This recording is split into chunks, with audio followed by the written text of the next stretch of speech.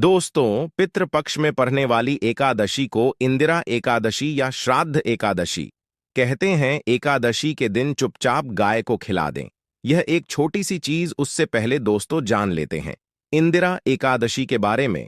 सूर्य जब एक राशि से दूसरी राशि में प्रवेश करते हैं तो ज्योतिष में इस घटना को राशि परिवर्तन या किस्मत चमकाने वाली घटना कहते हैं।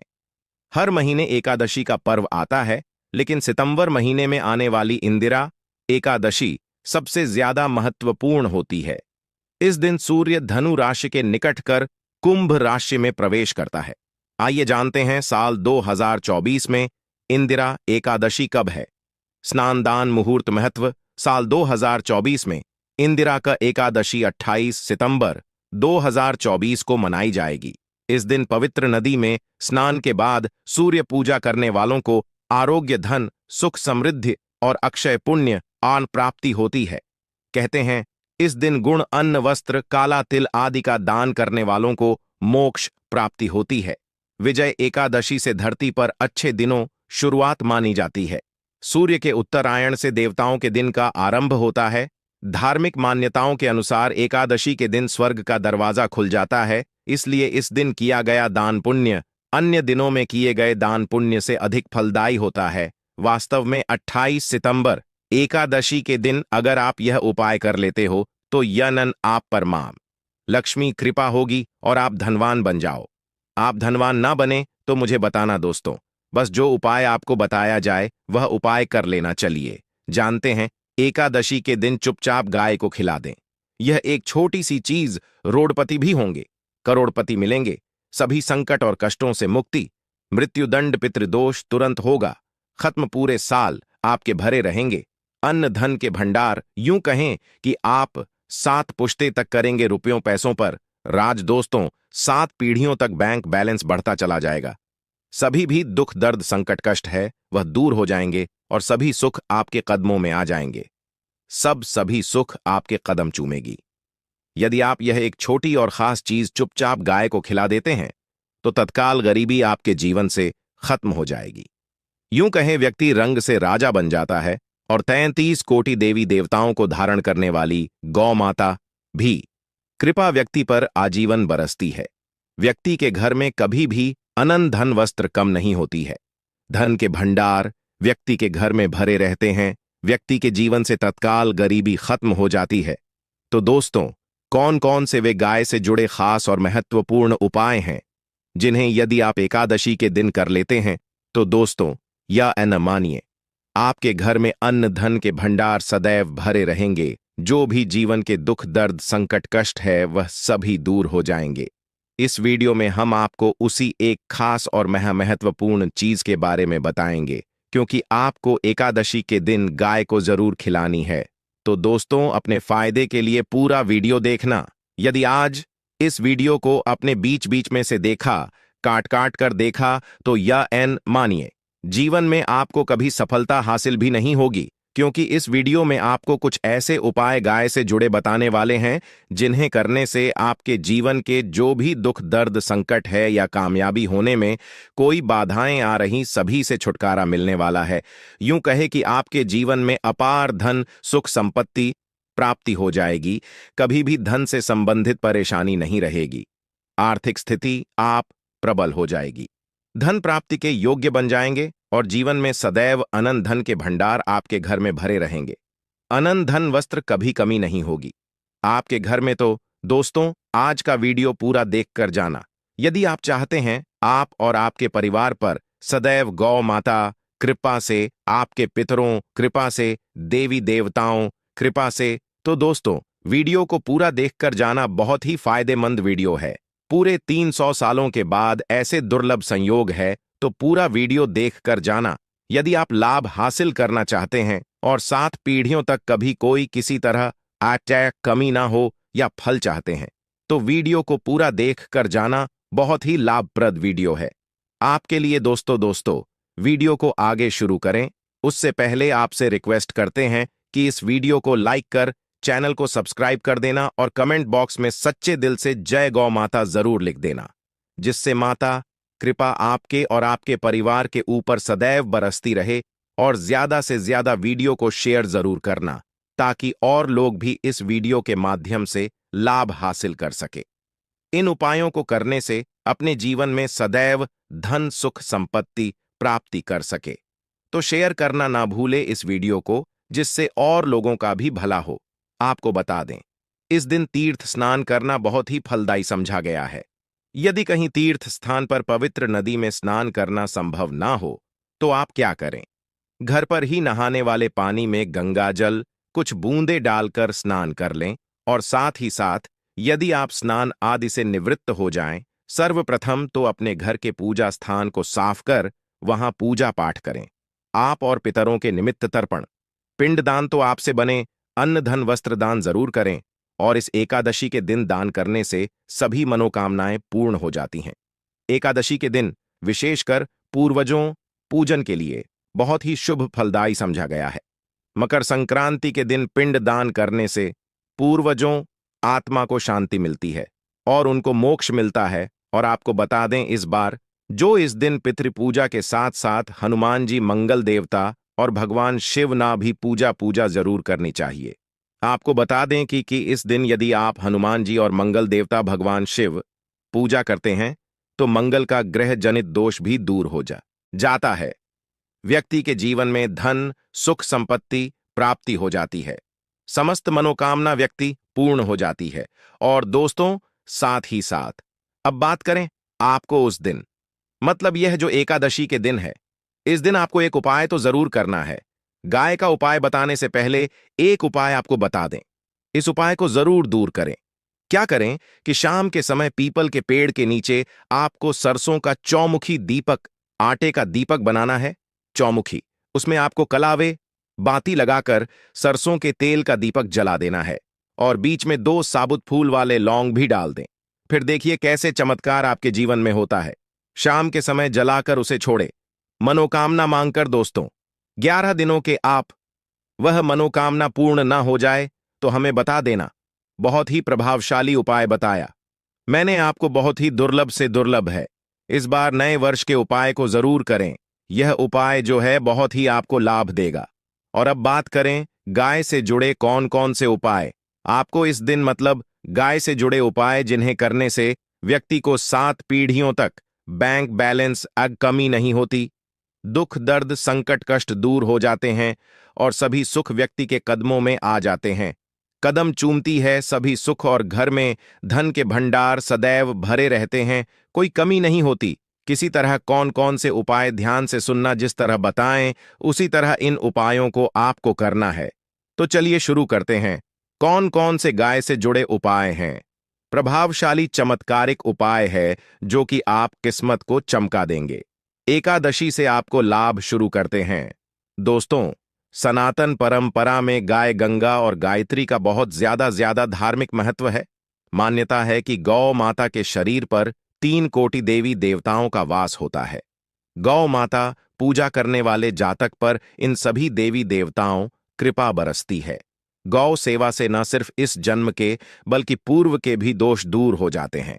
गाय से हासिल पंचगव्य का उपयोग जरूर शामिल करें, क्योंकि पंचम गव्य के बिना कोई भी पूजा पाठ और हवन सफल नहीं होता। या दोस्तों, गौ कृपा पाने के लिए प्रतिदिन सप्ताह अथवा महीने में परिवार समेत एक बार गौशाला जाने का नियम जरूर बनाएं, और वहां गायों को हरा चारा जरूर खिलाएं। इससे आपको शुभ फलों प्राप्ति होगी, और साथ ही साथ गौ सेवा और गौ पूजा से 9 ग्रह शांत हो जाते हैं और इनसे जुड़े दोषों का निदान हो जाता है। गर्मियों में गौ माता को पानी पिलाएं, और सर्दी में गौ माता को गुड़ जरूर खिलाएं। ध्यान रखें कि गर्मियों में गाय को गुधिया। अनेक देवी देवता को अपने ने शरीर पर धारण करने वाली गौ माता से जुड़े कई शुभ और अशुभ संकेत भी होते हैं। मसलन, गाय का दूध दहते समय यदि गाय ठोकर मार दें और सारा दूध बिखर जाए तो अब शगुन होता है। यदि कोई यात्रा पर निकल रहा हो और गाय अपने बछड़े को दूध पिलाती सामने आ जाए, तो निश्चित रूप से जिस यात्रा के लिए आप निकले हैं वह यात्रा आप जरूर ही सफल होगी, और वह जिसके लिए आप निकले हैं वह जरूर ही पूर्ण होगा। यात्रा पर जाते समय बाईं ओर गाय आवाज आना और रात्रि में गाय हंकार करना भी शुभ होता है। दोस्तों, साथ ही साथ गाय के साथ आप भूलकर भी दुराचार ना करें, अन्यथा मिलता है घोर पाप और जीवन भर परेशानियां बनी रहती हैं। जी हां दोस्तों, गाय को राष्ट्रीय पशु बनाए जाने और इन्हें मौलिक अधिकार दिए जाने बात हो रही है तो सवाल उठता है, गाय संस्कृति का अहम हिस्सा है, तब भी गाय के साथ लोग खराब व्यवहार कैसे कर लेते। गाय दर दर भटकती रहती है, भरपेट इन्हें चारा तक लोग नहीं देते। गाय जब तक दूध देती रहती है तो उन सेवा होती है, और जैसे ही दूध देना बंद कर देती है तो लोग इन्हें उन किस्मत पर छोड़ देते हैं, सड़कों पर और गलियों में भटकने के लिए। ऐसे में गोवंश जीवों को कोई डंडे मारता है तो कोई पानी डाल देता है, कभी वाहनों चपेट में आ जाती है तो कभी बीमार होकर बेचारी यह गाय दम तोड़ देती है। ऐसे में जरूरत है इन बातों को जानने। गाय को लेकर शास्त्रों में क्या कहा गया है, गाय के साथ आपको कैसा व्यवहार करना चाहिए। दोस्तों, गाय को कभी भी मारना पीटना नहीं चाहिए। शास्त्रों में गाय को माता का दर्जा दिया गया है। गाय को मारने वाला माता को मारने पीटने वाले के समान पाप का भागीदार समझा जाता है। नरक लोक में वर्षों तक कष्ट भोगना पड़ता है, अगले जन्म पशु योनि में मिलता है। कथा है कि गौतम मुनि ने गलती से गाय को डा मार दिया था, जिससे गाय मृत्यु हो गई थी, और इस पाप से मुक्ति के लिए इन्हें वर्षों तक तपस्या करनी पड़ी। भगवान श्री कृष्ण जी ने बैल स्वरूप में आए वृद्धाश्रम का वध कर दिया था, जिससे मुक्ति के लिए भगवान श्री कृष्ण को संपूर्ण तीर्थों को एक कुंड में बुलाना पड़ा, और इस कुंड में स्नान से वह पाप मुक्त हो गए थे। दोस्तों, साथ ही साथ पानी पी रही गाय को भगाते हैं, वे घोर पाप के भागी बनकर नरक भोगते हैं, ऐसा पुराणों में बताया गया है। जबकि जो लोग गाय के लिए प्याऊ और चार बनवाते वह माह भाग्यवान होते हैं। ऐसे लोग घोर पाप से मुक्त होकर स्वर्ग पा जाते हैं और बड़े ही धनवान कुल में जन्म लेकर सुख भोगते हैं। और साथ ही साथ आराम कर रही गाय को कष्ट देकर कभी भी उठाना नहीं चाहिए। कहते हैं कि जिस स्थान पर गाय बैठी है वहां से नकारात्मक ऊर्जा खत्म हो जाती है। गाय के बैठने जगह को जो लोग नियमित साफ रखते हैं वह जन्म में किए गए जाने अनजाने में पापों से मुक्ति हो जाती है और गोलो लोक में स्थान पाते हैं। गाय को डंडा मारकर उठाना, पानी डालकर उठाने से मनुष्य पाप का भागी बनता है और अगले जन्म में उसे दर दर भटकना पड़ता है। और साथ ही साथ शास्त्रों में बताया गया है कि गाय का दूध उसके बछड़े के लिए होता है। गाय के बछड़े से बचा हुआ दूध ही मनुष्य को लेना चाहिए, परंतु कुछ लोग एक बार गाय को दूध लेने बाद फिर से बछड़े के लिए बचा हुआ दूध भी धो लेते हैं। ऐसा करना घोर पाप कहाँ जाता है। ऐसे दूध को धोने वाला और ग्रहण करने वाला दोनों ही पाप के भागी बन जाते हैं। दोस्तों, साथ ही साथ शास्त्रों में कहा गया है कि गोवंश मतलब गाय और बैल के पीठ पर नहीं बैठना चाहिए। इन पीठ पर बैठने से महापाप लगता है। ऐसे लोगों को नरक और यातना भोगनी पड़ती है। एकमात्र देव के अंश के उत्पन्न नंदी ही गोवंश है, जिस पर स्वयं महादेव और महादेवी सवारी करती है। क्योंकि नंदी ने स्वयं अपनी इच्छा से महादेवी व सवारी बनना स्वीकार किया था। और साथ ही साथ शास्त्रों में गाय के दान को बहुत ही महत्व दिया गया है, परंतु ऐसी गाय का दान कभी नहीं करना चाहिए जो बूढ़ी और बीमार हो। कठोपनिषद में नचिकेता कथा भी इस संदर्भ में है कि जिस नचिकेता ने पिता द्वारा बूढ़ी गाय को दान करने पर आपत्ति जताई थी, दूध देने वाली और बछड़े सहित जो लोग का दान करते हैं वह महान पुण्य को हासिल करके स्वर्ग में स्थान पाते हैं।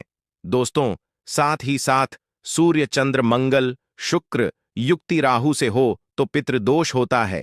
यह भी मान्यता है कि सूर्य का संबंध पिता से एवं मंगल का संबंध होने के कारण सूर्य यदि शनि राहु या केतु के साथ स्थित हो या दृष्टि संबंधी हो तथा मंगल युति राहु या केतु से हो तो पितृदोष होता है। इस दोष से जीवन संघर्ष मम बन जाता है।